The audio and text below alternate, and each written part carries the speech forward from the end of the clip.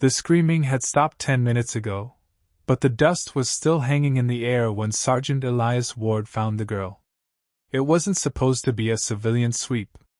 His unit had been told all remaining hostiles in this sector were dug in or dead. But then he saw movement in the collapsed corridor, slow, weak, like someone trying not to be seen. At first he thought it was an enemy fighter playing possum. Then the figure lifted its head. And he froze. Not because she was alien, he had seen aliens before, but because she looked like starvation wearing skin. A woman, thin enough that her joints seemed too large for her arms, her eyes sunken so deep they were almost swallowed by shadow. Dirt streaked her face in lines that looked like old tears. She didn't run. Didn't reach for a weapon. She just raised trembling hands and pressed herself against the broken wall as if trying to disappear inside it. Before Ward could speak, a young private behind him chambered around. "Sir," she moved. "Stand down," Ward snapped, turning so fast his helmet scraped the concrete. "She's not a fighter." The private hesitated, rifle wavering. The woman flinched at even that small movement. And then she collapsed. Not like someone fainting, more like someone whose body had finally given up negotiations. Ward caught her before she hit the floor, feeling how light she was, how cold. She tried to speak. The words came out cracked and broken, not in his language, not in a full sentence, just a desperate attempt at sound. Her lips barely moved. Ward swallowed. She wasn't injured. She was starving. And that's when he noticed something else. Her wrists. Old bruises. Restraint marks. Some so deep they had never healed right. Not from humans. From her own people. The private shifted uncomfortably. "Orders say all non-human detainees go to the holding line. If we put her in there, she'll be dead in an hour," Ward said. "Sir, command." "I said stand down." He lifted her carefully, and her head dropped against his chest. She didn't fight. She didn't cling. She simply let go, like she'd been waiting for someone to decide whether she lived or died. As Ward carried her out of the ruins, soldiers stared. A medic glanced up, then away, pretending not to see. POWs weren't supposed to be handled like this. Not by rank and file. Not by anyone below medical clearance. Rumors would start. They always did. But Ward kept walking. The temporary detainee yard was a half-built perimeter of fencing and floodlights. No real shelter. No real care. It wasn't meant for civilians. He knew damn well she wouldn't survive 30 minutes in it. An MP stopped him at the gate. "Sergeant, what's that?" Ward took a breath. "Civilian. Malnourished. Needs medical intake." "That looks like a POW to me." "Look again." The MP frowned but didn't argue. Not openly. "Your CO is going to want paperwork. And fast." Ward nodded. He already felt his stomach tightening. Paperwork meant classification. Classification meant command oversight. Command oversight meant questions he wasn't ready to answer. He carried her into the med tent. The air smelled of disinfectant, sweat, and old fear. A medic looked up from a supply crate. "She's dehydrated," Ward said. "And starving. I need an emergency intake." The medic hesitated, checking the woman's gaunt face. "She yours?" Ward hated the question. "She's a civilian." Another pause. A long one. Then the medic gestured to an empty cot. "Set her down. I'll get fluids." As Ward lowered her gently, she stirred. Her eyelids fluttered. She tried to curl inward like she expected pain. Ward crouched so she could see it was just him. "You're safe now," he said quietly. "I've got you." Her breathing hitched at the sound of his voice. Not trust. Not comfort. Just confusion, like she didn't understand why someone wasn't shouting, hitting, or dragging her. The medic returned with the scanner. "Vitals are, damn. How was she even walking?" "She wasn't." Ward said. Does Command know she's here? Not yet. The medic looked at him sharply. That's going to bite you. Ward already knew. But leaving her out there would have been worse. When the medic turned, Ward examined the torn fabric of her clothes, military issue. But not combat gear. More like quartermaster scraps. And the injuries on her wrists, those weren't human restraints. Her own military had handled her like property. What happened to you? Ward whispered. She opened her eyes at the sound. Slowly. Fearfully. And for the first time, he saw the faint glow of her species' irises, dim, fading, like embers losing heat. She tried to speak again. One broken word. No, hurt? Ward's jaw tightened. Not from me. He reached for a water pack, raised it carefully to her lips. She tensed, then forced herself to drink tiny sips, as if unsure she was allowed to. When she finished, she looked at him with an expression he didn't have a name for. Not trust. Not relief. Just shock that someone cared whether she lived. A comms officer poked his head into the tent. Sergeant Ward? Command wants your report on the recovered detainees. Ward straightened. Tell them it's coming. It needs to be filed within the hour. New policy. Higher-ups want tighter control on POW transfers. Ward felt cold settle in his chest. Transfers. If she got processed as a POW, she would be sent to interrogation Block C. No civilians survived Block C. He glanced at her again, small, shaking, half-conscious on the cot. He knew what the right thing was. And he knew what it would cost. The comms officer waited. Sergeant? Should I tell them you're preparing the paperwork? Ward looked at the alien woman. Then at the officer. Yeah, he said slowly. Tell them I'm working on it. But in his chest, a heavy truth formed. He had no intention of letting them take her. Outside, the base loudspeakers crackled to life. POW transfer unit arriving at 0700. All detainees must be classified before movement. Ward's pulse hammered. He had less than 12 hours. The medic adjusted the woman's fluids. She won't survive a transfer, he murmured.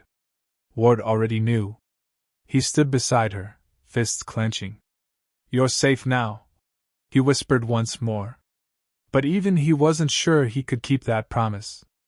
And when the floodlights outside snapped on, blinding white and searching the yard, Ward felt the weight of a decision that would follow him for the rest of his life. The kind of decision soldiers weren't supposed to make. The kind you didn't come back from. You said? Ward sat across from the medical intake officer, paperwork spread like a minefield between them. Every signature, every box ticked, carried consequences he could already feel pressing down. He knew the chain of command would chew him alive if they discovered he had her out of the holding line. But letting her go back into it would be worse, deadly worse. Sergeant Ward, the officer said, this form must reflect the proper detainee classification. POW. Non-human. Malevolent. Ward gritted his teeth. She isn't a fighter. She's a civilian. The officer's pen hovered over the form. Command will want a report. A full justification if you classify her as what you're suggesting. Ward swallowed. Justification. Right. How do you justify saving someone your superiors assume is an enemy combatant? Especially when they think compassion is weakness? I have it, he said, voice firm. I have evidence. The officer leaned forward. Evidence? Ward tapped the broken cuffs on her wrists, bruises old enough to have left permanent marks. These aren't human. Her own people restrained her. She's starving, terrified, and completely non-combatant. If she goes back to the holding line, she'll be dead within hours. A long silence. The officer's eyes flicked to her cot. She stirred slightly, weak, blinking in confusion. The sight tightened something inside Ward. Her gaze met his briefly, pupils large and shimmering. A spark of recognition, or maybe just fear, but enough that Ward felt responsibility grip him tighter. "She's different," the officer finally said. "And what about protocol?" Ward clenched his fists. Protocol could die for all he cared. Protocol wouldn't feed her, wouldn't stop the abuse, wouldn't make anyone care if she survived the night. Protocol isn't saving her life. "I am." The officer sighed, scanning the report again. "You know this could get you court-martialed." "I know," Ward said. She coughed, a small, dry hacking that cut through the room. Ward leaned over, offering her water. She flinched at first, then forced herself to drink. Every sip was a gamble. Did she trust him? Did she understand he wasn't going to hurt her? "You're safe now," he said again. The words felt heavier this time. Not an idle promise. A commitment. A line drawn in the dirt between her life and the machinery of war. The medical officer nodded slowly, finally writing something on the form, though not completing it. "I'll note this as a medical precaution for now. But command is going to question this. And soon." Ward swallowed hard. Soon was not soon enough. Command would never accept a civilian misclassified as a POW without questioning. He would be questioned. They'd want names. They'd want reasoning. And they'd want her gone. A comms officer entered abruptly. "Sergeant, orders from command, all non-human detainees must be processed before 0700. Interrogation Block C is ready for transfers. Time is short." Ward's stomach turned. Block C. That meant torture. That meant death. He had 12 hours, maybe less, to save her. And he didn't have legal cover. Not really. He knelt by her cot. She was shivering slightly, though the tent wasn't cold. Hunger. Fear. Exhaustion. All of it pressed into her tiny frame. He adjusted her thin blanket. "I'm not letting anyone take you," he said softly. "Not to Block C. Not to anyone." Her eyes widened at his words. She tried to move closer, but her muscles were weak, trembling. She whispered something broken. "No, hurt." "No hurt," he repeated, quieter this time. "I've got you." The phrase was becoming a lifeline. He could see it registering, faintly, in her eyes. A spark of something like trust. Something human. Ward rose and paced. There were options, but none good. File emergency paperwork? Command would see through it immediately. Sneak her into the medical wing fully off the books? Risk his career. Attempt an unauthorized transfer to a friendly forward base? Dangerous. High risk. Maybe a death sentence for both if caught. He didn't care. Not tonight. He returned to her side, kneeling again. "I'm not leaving you here," he said. "Not for Block C. Not ever. We'll figure it out." Her breathing hitched. Weak, uneven. Ward glanced at the medic, who caught his eye briefly. A nod. Small, hesitant. Supportive enough. They could help him. Together, maybe. Hours passed. Ward filled out partial reports, carefully vague. Every time someone glanced at the form, he explained it as medical oversight, reclassification pending. No one questioned the lie, at least not yet. The woman rested quietly, sometimes staring at the ceiling, sometimes glancing at him. Her broken words came out in fragments. "Safe, now." "Yes," he said each time, tone firm but gentle. "Safe now. I've got you." Even saying it felt like a battle. Command, MPs, the transfers, everyone assumed she was just another enemy. Another alien POW. Another box to check. But Ward refused to see her that way. Not her. Not tonight. And then, as the night dragged on, he realized something else. She wasn't just afraid of humans. She was afraid of everyone. Her own military had abandoned her. Soldiers from both sides might see her as disposable. He had become the only human she could trust.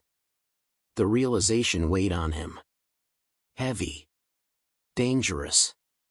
The kind of thing that could destroy a soldier's career, or worse, get him killed if someone decided to enforce protocol strictly. He couldn't let that happen. He moved to the supply crates, pulling extra rations, clean water, and a blanket.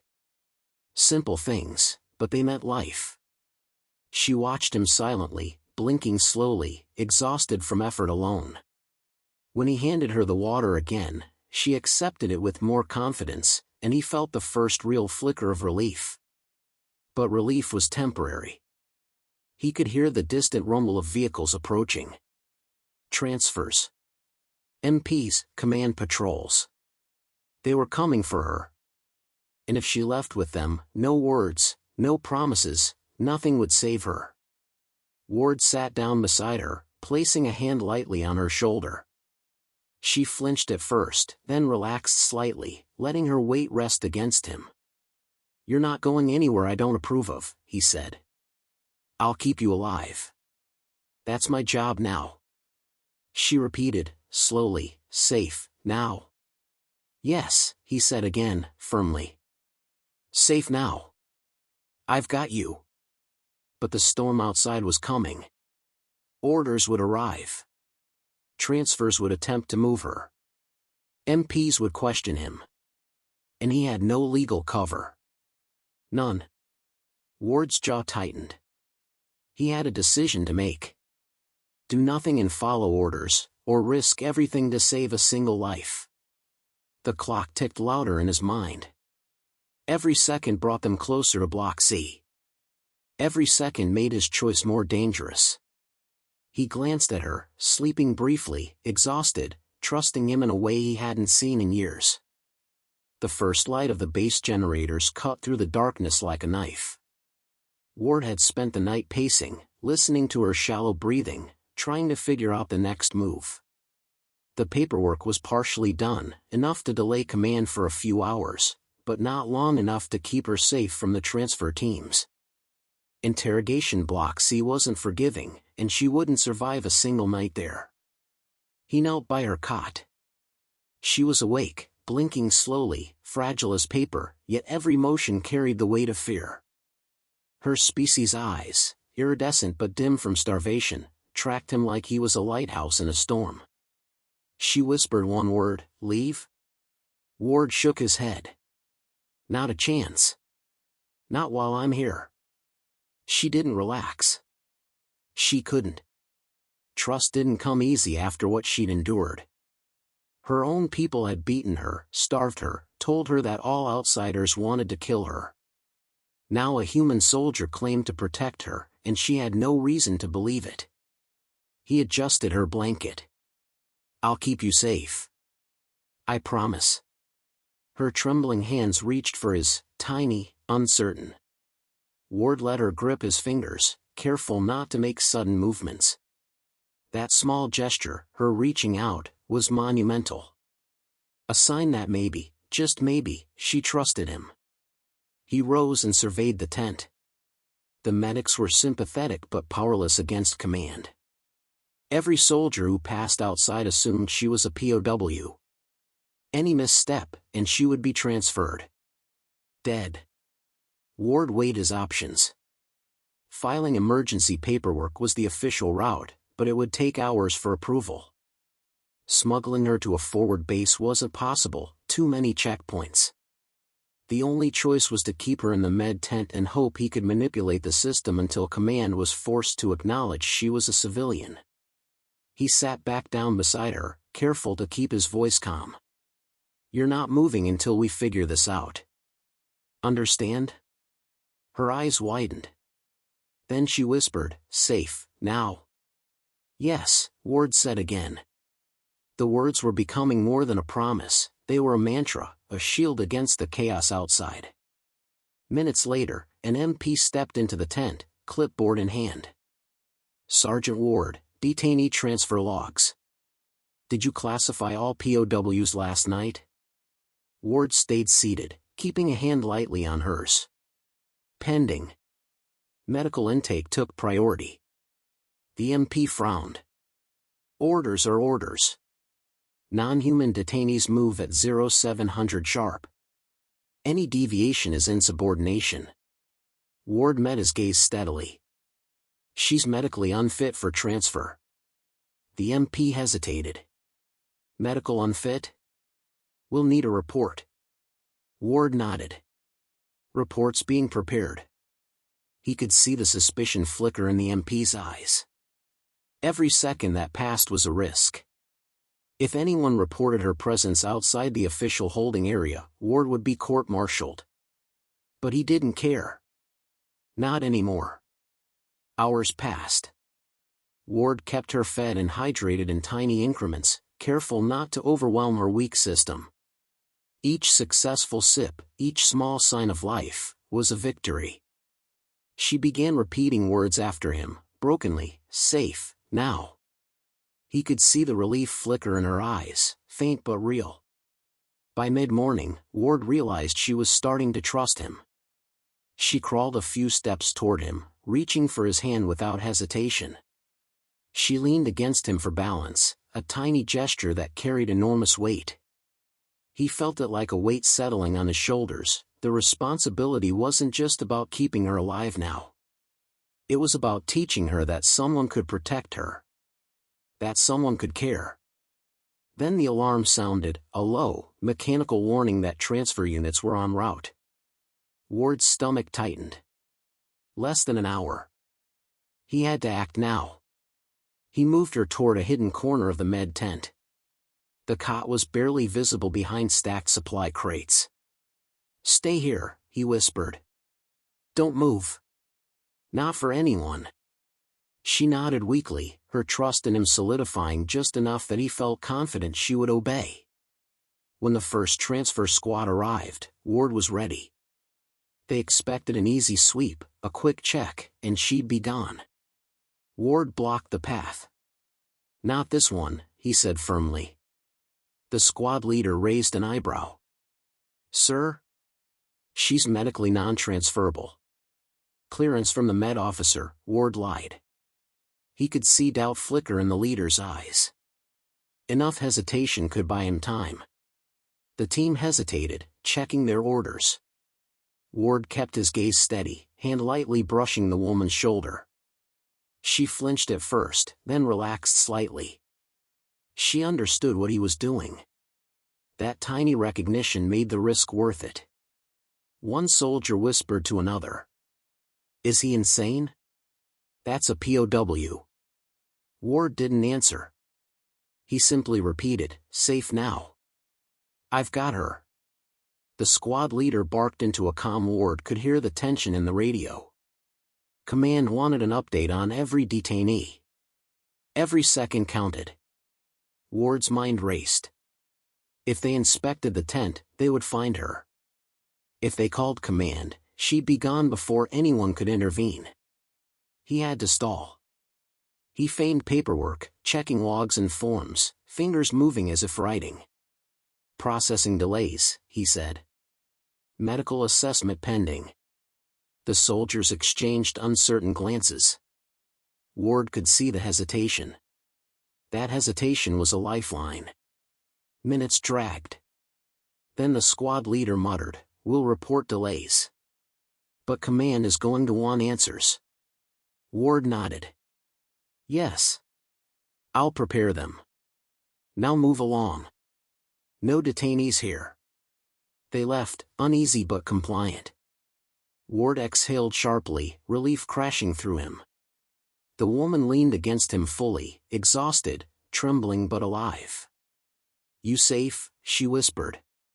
"Yes," he said, placing his hand on hers. "Safe now.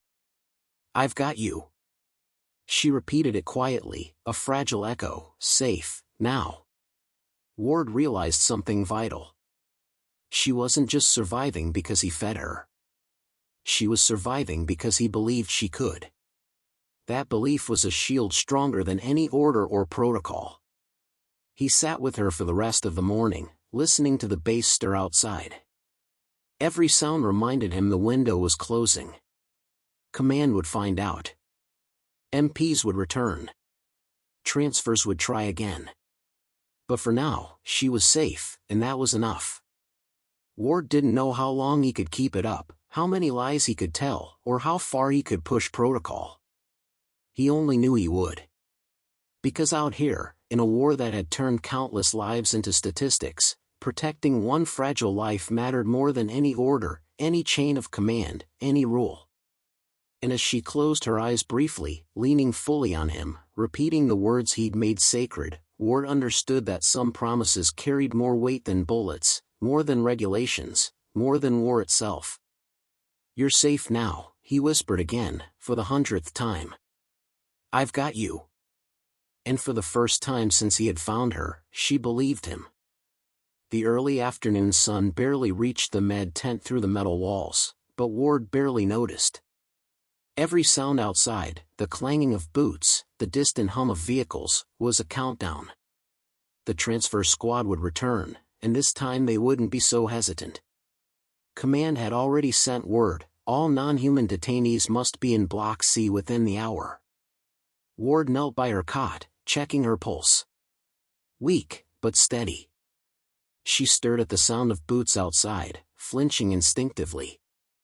He held her gaze. "No one's taking you," he said firmly. "Not today." Her eyes widened, the trust she had begun to place in him flickering against her fear. She repeated it softly, brokenly, "Safe, now?" "Yes," Ward said. "Safe now. I've got you." Minutes later, the flap of the tent ripped open. A transfer team filed in, soldiers in full armor, orders stamped clear in their expressions. Ward stood, positioning himself between them and her. "Sergeant Ward," the lead officer barked. "Move the detainee. She's cleared for Block C. You're ordered to comply." Ward shook his head. "Not happening. She's medically unfit. You'll have to check with the med officer." The officer's jaw tightened. "Do not delay. Orders are direct. Step aside." Ward planted his feet. His voice was calm but unyielding. "I will not allow her to go. She's not a prisoner. She's a civilian. She will not survive Block C." The soldiers hesitated. Some shifted uncomfortably, glancing at one another. Ward could see the uncertainty creeping into their faces. Doubt was a weapon. He needed them to hesitate long enough for him to buy more time. She clung to his leg, small and fragile, trembling. Ward's heart tightened. She wasn't just fragile, she was dependent on him now. Her survival was entirely in his hands. Every instinct in him screamed to step back, to comply with orders, to stay alive. But the soldier in him, the one who had joined the fight to protect, would not. A corporal stepped forward, voice low. "Sir, you can't hold her here alone. You'll be in violation." Ward met the eyes of each soldier in turn. "I don't care. I'm responsible for her life. If you move her without proper assessment, she dies. And I won't let that happen." A tense silence fell. Outside, the hum of engines grew louder, more reinforcements. Ward glanced at the woman. Her eyes were wide, reflecting fear, exhaustion, and something new, hope. She trusted him. That trust was a fragile shield, and he would not break it. One soldier barked into a calm. Ward could hear the command officer's voice crackle through the speaker, "Sergeant Ward. Move the detainee. You will comply." Ward took a deep breath. "I will not. She is under my care. You will have to go through me." The lead officer's hand moved toward his sidearm. Ward didn't flinch. His own weapon was slung across his back, but he kept his hands empty. Non-threatening. Defensive. Human. The woman leaned fully against him now, weak, trembling, but willing to trust. Ward could feel the heat of her small body and the fragility of the life he had promised to protect.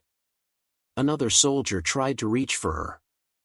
Ward stepped forward, blocking the path. "Back," he said. Simple. Firm. Commanding. The tent became a standoff. Outside, other soldiers were beginning to murmur, uncertain what to do. Ward realized he could not hold them forever, but he could buy enough time. Every second he delayed could mean survival. "Sir," one soldier whispered, almost to himself, "she's just a civilian." Ward nodded, holding his gaze.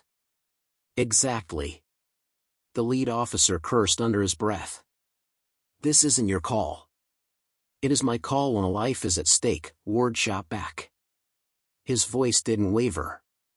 He could feel adrenaline coursing, but it was focused. Calculated. Every word, every movement deliberate. She whispered again, barely audible, "Safe?" Ward knelt slightly, brushing her hair from her face. "Safe. I've got you. I promise." The soldiers hesitated. Doubt gnawed at them. Command pressure was real, but Ward's calm resolve, and the visible trust of the woman, was more persuasive in that moment than any order could be. The lead officer barked into his calm again. Ward ignored it. Time stretched. Outside, boots slowed. Radios crackled with uncertainty. Ward glanced down at the woman. She clung to him, her body trembling with fear and exhaustion. He understood something vital. She wasn't just relying on him to survive. She was relying on him to believe she was worth saving. And he would not betray that. Finally, the lead officer stepped back, fists clenched. Ward could see the frustration in every line of his body. He had won a temporary victory. Command might escalate, but for now, she was alive. Ward turned slightly to her. "We're okay. For now. I won't let them take you." She repeated the words softly, almost a prayer, "Safe, now." Ward held her gaze, memorizing the moment. Her trust was a fragile shield against a world built on orders, rules, and violence. And for the first time, he realized that HFY wasn't about power, superiority, or victory, it was about choosing humanity when it cost everything. Outside, the hum of approaching reinforcements reminded him this was only temporary. The fight wasn't over. Orders would come. Transfers would try again. Command would push harder. But inside the med tent, in that fragile moment, she was alive. She was safe. And he had chosen her life over protocol, over orders, over the machinery of war. And she had chosen to trust him. "You're safe now," he whispered again, gently, almost reverently. "I've got you." She leaned fully against him, whispering in broken words, "Safe, now." Ward felt the weight of that fragile trust settle on him. It was heavy. Terrifying. But it was also worth every risk. For now, they had each other. And in war, that was everything. The tribunal room smelled of cold metal and authority. Ward sat at the center, uniform pressed but his mind racing. The alien woman was gone, temporarily, sent to a humanitarian medical center under emergency protocol, but her absence didn't lessen the weight pressing on him. He had disobeyed direct orders, blocked transfers, lied to his own chain of command. He knew what awaited him. The colonel entered, eyes sharp. "Sergeant Ward, you are here because of your handling of a non-human detainee. You will explain your actions." Ward stood. "Colonel, I was responsible for the life of that civilian. She was malnourished, abused, and non-combatant. If I had followed orders, she would be dead." The room was silent. Officers shifted, some frowning, others watching closely. Ward could feel the weight of every gaze. He didn't flinch. He didn't apologize. Compassion, in that moment, was not weakness, it was duty. Orders exist for a reason, the colonel said. You obstructed them. You risked operational protocol and your career. Why should that be ignored? Because some rules aren't made for humanity, they're made for control. And she wasn't an enemy. She was a civilian. She had no chance if I followed orders blindly, Ward replied. His voice carried calm conviction. The tribunal replayed footage, showing the broken restraints, the bruises on her wrists, her fragile, starved frame. Medics testified. Commanders from the field recounted the chaos during the retreat. Slowly, a picture emerged, not of insubordination, but of a soldier making a moral choice under impossible circumstances. Ward exhaled slowly, letting the weight shift slightly. The woman's face came to him, trusting, fragile, alive. That memory gave him courage. She had survived because someone had chosen her life over protocol. That was the measure of humanity, of HFY. Sergeant Ward, the colonel said finally, after long deliberation, your actions technically violated orders. You will receive a formal reprimand. You will be relieved from active field command pending review. But the life you saved cannot be ignored. The alien civilian has been reclassified as a protected non-combatant. She survives because of your judgment. Ward exhaled, relief crashing through him. A reprimand was nothing compared to the weight of a death he could have prevented. Hours later, he walked through the medical facility where she had been transferred. The alien woman, frail but upright, waited, guarded by medical personnel but able to approach him. When she saw him, her large iridescent eyes softened. Ward knelt slightly so she could see him clearly. She reached out, tentatively at first, then fully rested her small hand on his chest. Safe, now, she whispered, her voice weak but steady. Yes, Ward said, smiling. Safe now. I've got you. Tears, or the alien equivalent, sparkled in her eyes. For the first time, she didn't flinch. She trusted him completely. And he felt the weight of that trust like both a burden and a shield. The medics stepped back, giving them a moment. Ward could see that her trust in him was more than survival, it was hope. A fragile life had been spared, and in that act, he realized something fundamental. Humans could be cruel, yes. But they could also be defenders of life in a universe that often didn't care. That was HFY. That was humanity at its best. Outside, the tribunal's reprimand was waiting, paperwork that would follow him for years. But inside, he carried a different weight, the knowledge that his actions had mattered. That one life, fragile and terrified, had survived because someone chose courage, compassion, and conscience over blind obedience. She took a small step closer, her hand still on his chest. Her voice was firmer now, more confident. You save me. I live. Yes, Ward said. You live because someone chose you over orders. That's what matters. She repeated the words slowly, savoring them, committing them to memory. Safe, now, live. Ward realized the true power of those words. Safe now wasn't just protection from immediate danger. It was a promise that life could continue, that trust could exist even in a war-torn universe, that someone could act with integrity and morality despite the machinery of conflict. And that was more than survival. That was humanity asserting itself against the chaos of the galaxy. HFY wasn't about domination or conquest, it was about choosing life, compassion, and conscience when it mattered most. He stood, watching her take a tentative step away, strong enough to walk under her own power now, yet still fragile. She glanced back once, eyes glowing faintly with recognition and gratitude.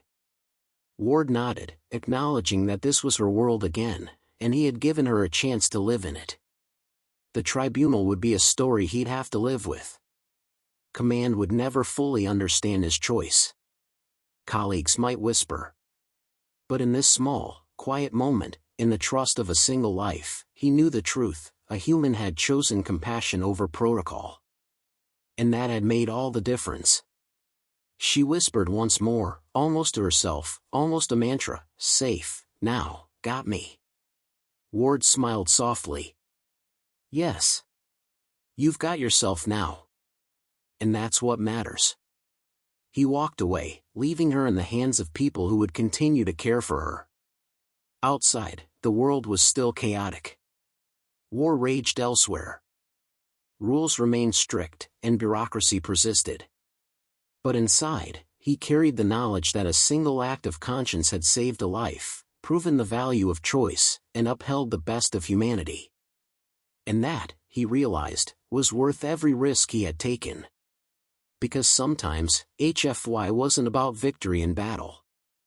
It was about standing between life and death and choosing to protect the vulnerable, even when it cost everything else.